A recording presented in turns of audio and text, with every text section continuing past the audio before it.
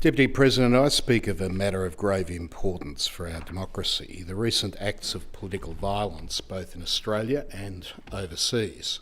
What most immediately comes to mind is the recent shooting of United States alt-right commentator Charlie Kirk, which has shocked people not only in the United States but across the world. Obviously, political violence is unacceptable. There cannot be a moral justification for taking the life of another due to their political beliefs. Even stark divisions cannot be solved by violence, and it has no place in politics or public. But in saying that, we must face some uncomfortable truths. First, the general devaluing of human life, particularly certain human lives, gives rise to an environment in which the violence is more common and likely. Unfortunately, as someone who advocated for televised public executions and stoning members of the LGBTQI+ community to death, Kirk was part of the culture and discourse which argues some lives are worth more than others. The second of these is that political violence is on the rise, globally, including here in Australia. The third is that the vast majority of political violence in recent years has been committed by those on the right. According to the Anti-Defamation League, there's been a sharp increase in right-wing terror incidents since 2017 in the United States. Further, white supremacists were responsible for the majority of these incidents. Unfortunately, I fear this trend is being reflected in Australia. Here, organised extremism does not come from the left. It comes from the far right, authoritarian groups and organisations and self-identified Nazis. We saw this on full display just weeks ago at the so-called March for Australia, held on the 31st of August in cities across the country, including Sydney. While billed as an anti-immigration protest, as revealed by the Sydney Morning Herald, the march was organised by, attended by, and platformed speakers from an openly neo-Nazi organisation, the National Socialist Network, as well as other extremists and white supremacists. One such person was Beck Walker, also known as Beck Freedom. Ms Walker has identified herself as one of the organisers of the march.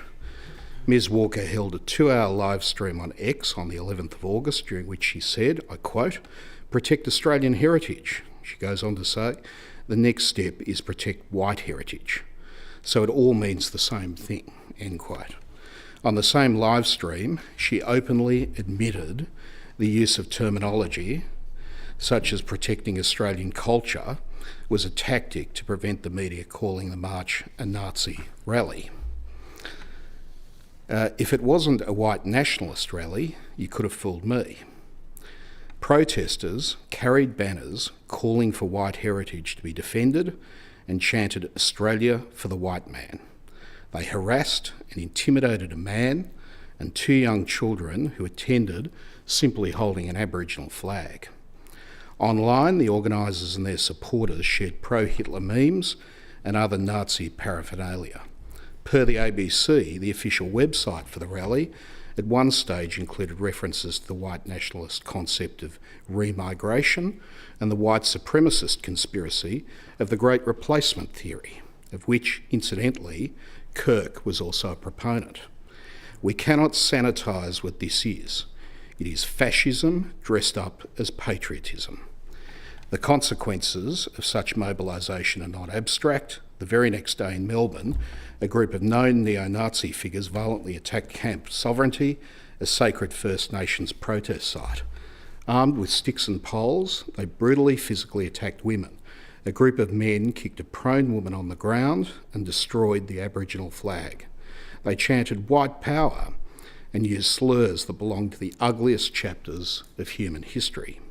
This was political violence, targeted, deliberate, hateful. This is why we cannot fall into false equivalence. Yes, political violence of any kind must be condemned, but we must also acknowledge where the real and present danger lies. It's not progressive students, it's not unions, it's not multicultural communities.